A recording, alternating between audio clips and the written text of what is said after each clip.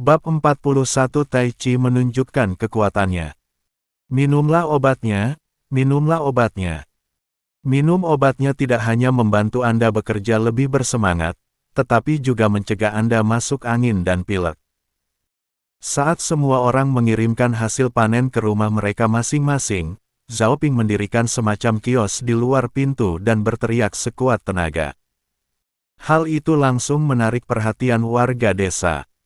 Tapi tidak ada yang memperhatikannya, dan bahkan membisikkan gosip. Apakah anak laki-laki dari keluarga Zhao ini gila karena kemiskinannya? Dia sebenarnya menjual obat di rumah. Dia bukan petugas medis, jadi apakah dia tidak takut ditangkap dan dipenjara oleh pemerintah? Tempat kita terpencil, dan kepala desa Yunman adalah muridnya. Jika tidak ada yang melaporkannya, siapa yang akan menjaga stabilitas dan keamanan warga desa? Apakah kamu lupa, anak laki-laki dari keluarga Zhao ini adalah seorang dokter ahli racun. Dia bahkan bisa meracuni harimau. Obat yang dia siapkan mungkin racun. Siapa yang berani memakannya? Benar, ayo cepat menjauh agar tidak diracuni. Ya, para petani yang bekerja itu, bukannya mendekat dan mau minum obatnya, justru malah menjauh. Awalnya, akan lebih dekat jalannya kalau menyeberang jalan dari rumah Zhao Ping, tetapi pada akhirnya, orang-orang itu lebih suka berjalan sejauh 2 yard lagi hanya untuk menghindari Zhao Ping. Sepertinya dia adalah dewa wabah. Zhao Ping tercengang. Tuan, apa yang harus kita lakukan? Mereka tidak mau minum obat. Jika masuk angin, mereka akan mati. Yunman cemas. Apa yang bisa saya lakukan? Zhao Ping juga tidak berdaya, kirim obatnya ke kepala desa Xia dan lihat apakah mereka mau meminumnya. Ia tidak pernah menyangka setelah obatnya direbus dan disiapkan, tidak ada yang akan mau meminumnya. Saya tidak bisa marah dan membuang obatnya. Awalnya kita tidak memproduksi banyak bahan obat, jadi jika kita menyia-nyiakannya, kita akan kehilangan satu hal berharga. Zhao Ping sangat menyadari betapa sulitnya menemukan obat batuk dan flu pada zaman ini. Nak Zhao, jangan berikan ke sana dulu, mari kita minum semangkuk.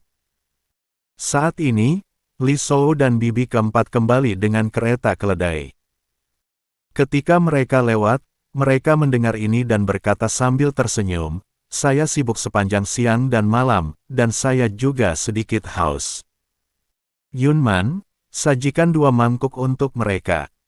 Perintah Zhao Ping. Keduanya minum 2 mangkuk. Belum lagi, rasanya cukup sebagai pelepas dahaga, namun agak pahit. Berapa? Aku akan mengambil uangnya saat aku pulang. Sambil meletakkan mangkuknya, Li Shou bertanya. Gratis. Zhao Ping berkata, obat ini dibagikan secara gratis. Gratis. Li Shou tertegun, kamu menantang hujan untuk menggali bahan obat, dan menggunakan kayu bakar untuk merebusnya menjadi sup obat dengan biaya sendiri. Kamu tidak menjualnya. Bukankah ini suatu kerugian? Kamu harus tetap menjualnya meski dalam keadaan ada uang.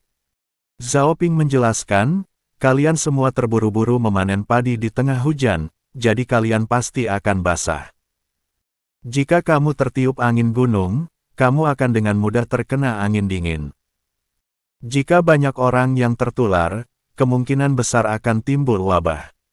Sebagai anggota desa Siping, saya tidak bisa tinggal diam. Saya hanya bisa membuat sup obat. Semoga bermanfaat. Nak Zhao, kamu orang yang sangat baik.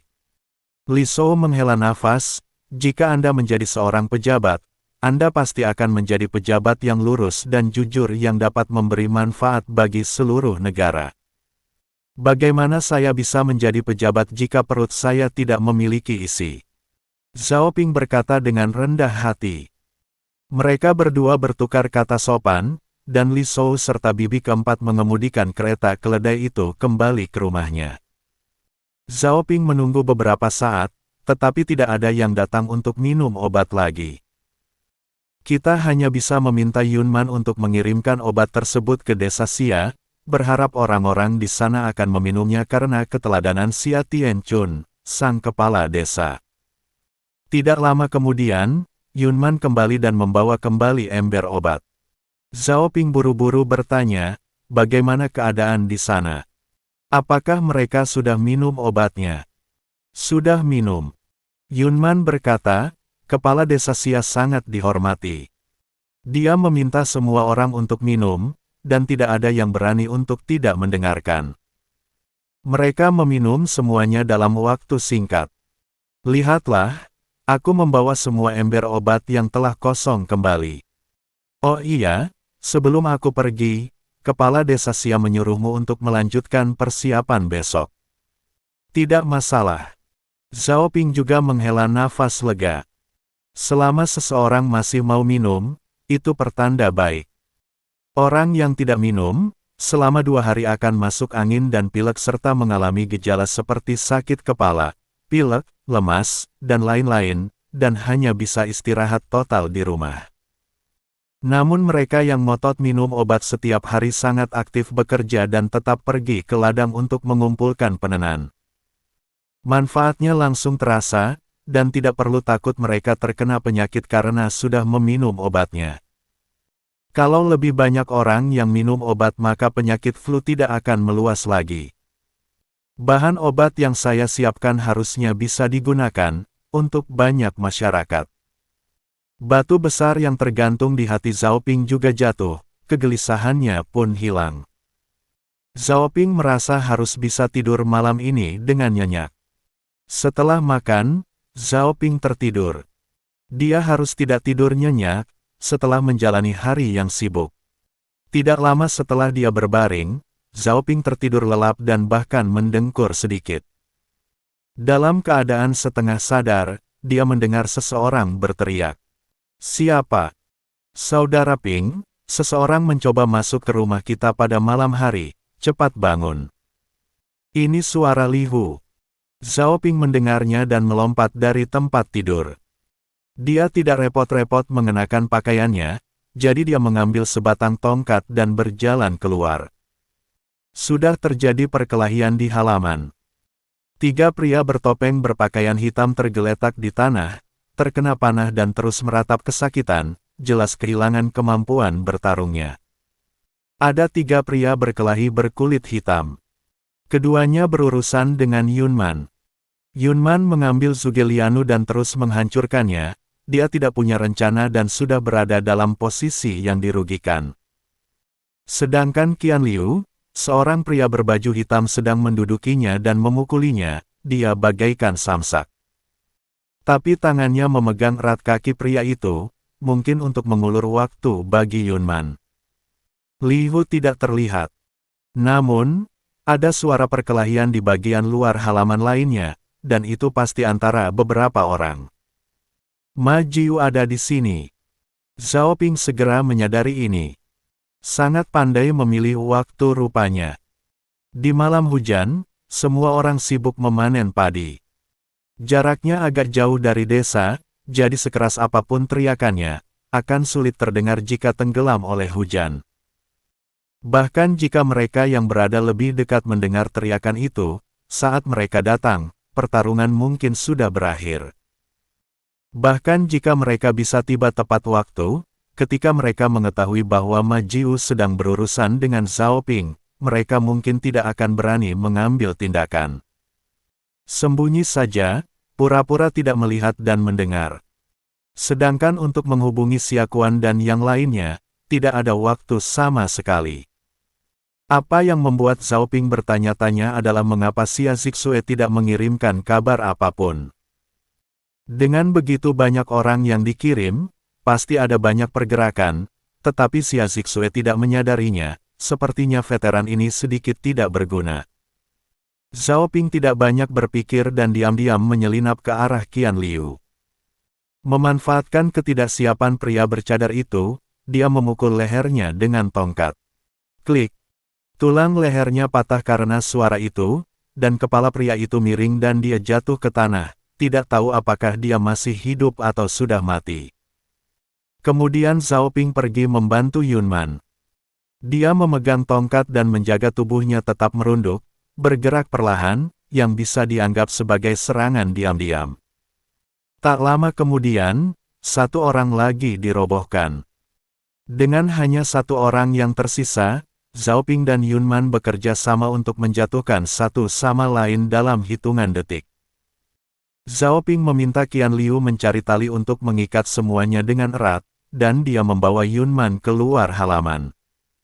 Pertarungan di luar menjadi lebih intens. Li Hu mampu menangani 6 di antaranya sendirian dan masih berhasil menang.